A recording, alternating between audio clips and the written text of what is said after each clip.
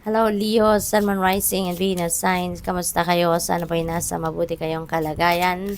Welcome back po sa Star Tarot. Kung bago kayo rito, welcome din kayo. Thank you for your support.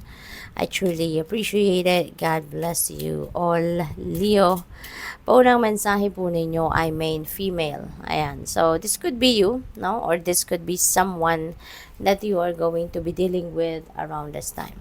No? A female energy. So, we have unexpected income. Wow. So, mayroon kayong hindi inaasahang kita sa ngayon, no?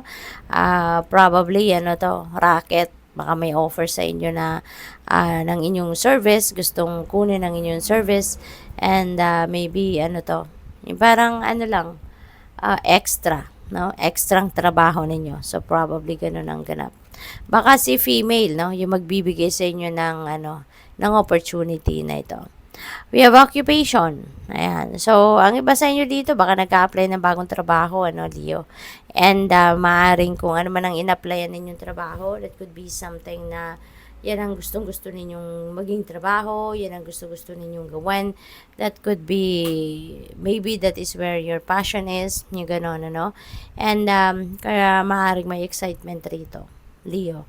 Maaaring may excitement dito na kasama, no, ang energy na ito.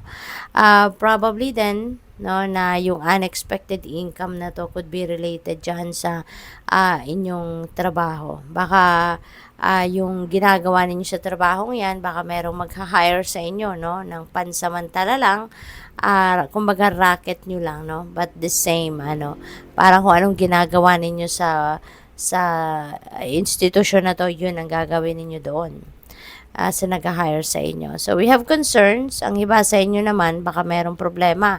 Merong concerns kayo regarding sa inyong trabaho. Baka work situation talaga, no, yung ipinag-aalala ninyo. Pero, di ba, yung mga pag-aalala na yan, yung worries na yan, yung concerns na yan, the more na iniisip ninyo yan, mas lalo pang magke-create yan ng gulo sa'yo. Sa isip ninyo lalo-lalo na. Magkakos ng stress, no? Magkakos ng discomfort sa inyo. Kaya as much as possible, ialay nyo na lang ito sa Panginoon. Ialay nyo na lang lahat ito sa Divine Universe. Okay? What else? We have, oh wow, Leo, merong sudden wealth na paparating sa inyo. Merong kayamanan na dadating at biglaan ang pagdating ng kayamanang ito.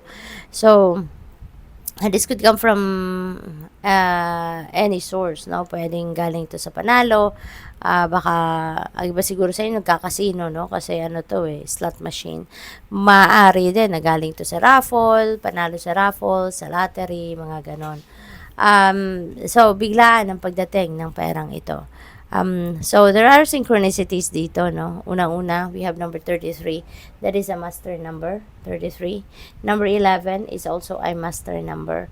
And angel number 777. So, I suggest, pakitignan po ninyo ang ibig sabihin ng mga numbers na yan kasi may extrang guidance ang Panginoon para po sa inyo at this time. Okay?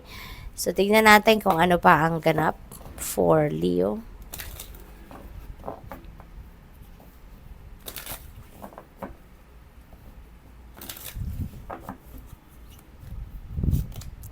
So, we have 3 of Wands. Ayan. So, ano ito si 3 of Wands? Para may hinihintay kayo rito. Baka meron kayong travel, no? At baka naghihintay na kayo ngayon ng sasakyan ninyo, naghihintay na kayo ng biyahe, pagbabiyahe ninyo, or baka naghihintay na kayo rito ng baka travel documents yung hinihintay ninyo rin dito. Probably then, since this is implementation stage ng inyong mga plano, so maaaring naghihintay na kayo ng, kumbaga, right timing, no? Nagta-timing na kayo rito. If it's perfect na para i-roll out nyo na yung mga plano ninyo, at baka merong expansion or bagong ventures na gagawin kayo sa ngayon, and maybe yun ang hinihintay ninyong pagkakataon. We have Queen of Cups. Ayan. So, iniimbitahan kayo rito, no, na makinig kayo lagi sa inyong intuition.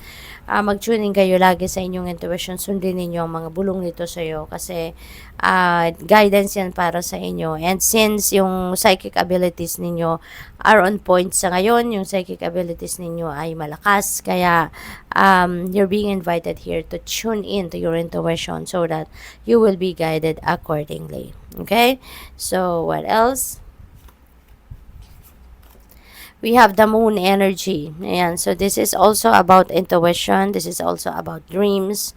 You know? At saka, kung meron kayong decision making na kailangan gawin sa ngayon, ano, ang invitation sa inyo ng moon energy is, isang tabi muna ninyo yan. Huwag muna kayong magdesisyon sa ngayon because now is not the perfect time to make a decision dahil nga, ano ito, anong tawag dito, kulang pa, it's either kulang pa yung impormasyon na hawak ninyo sa ngayon para makatulong sa inyo na makapag-desisyon kayo ng mas effective and efficient, or hindi pa ninyo nakikita yung truth of your situation.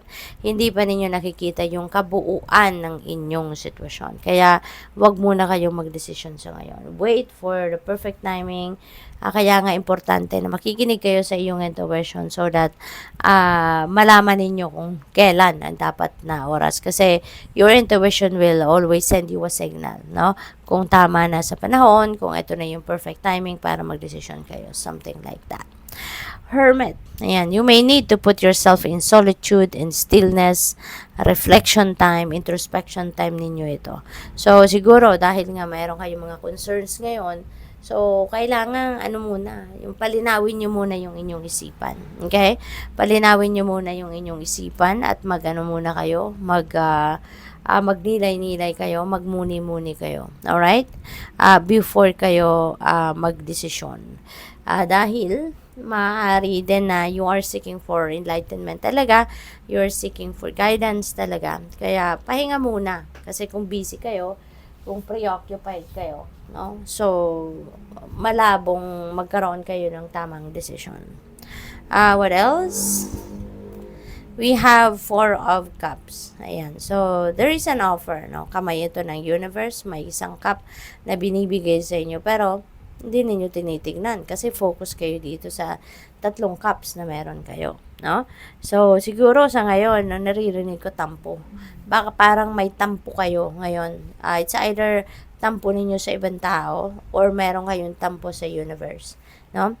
Kasi siguro parang siguro kino-compare ninyo kung ano ang meron kayo doon sa kung ano ang meron ang iba.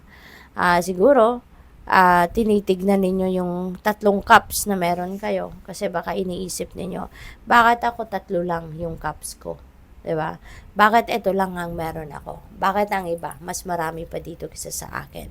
So maaaring may mga ganong sitwasyon. So in that sense, parang you are complaining sa universe, no? You are whining sa universe. Kaya as much as possible, i-transmit natin yung low vibe na yan, low energy na yan into something positive, no?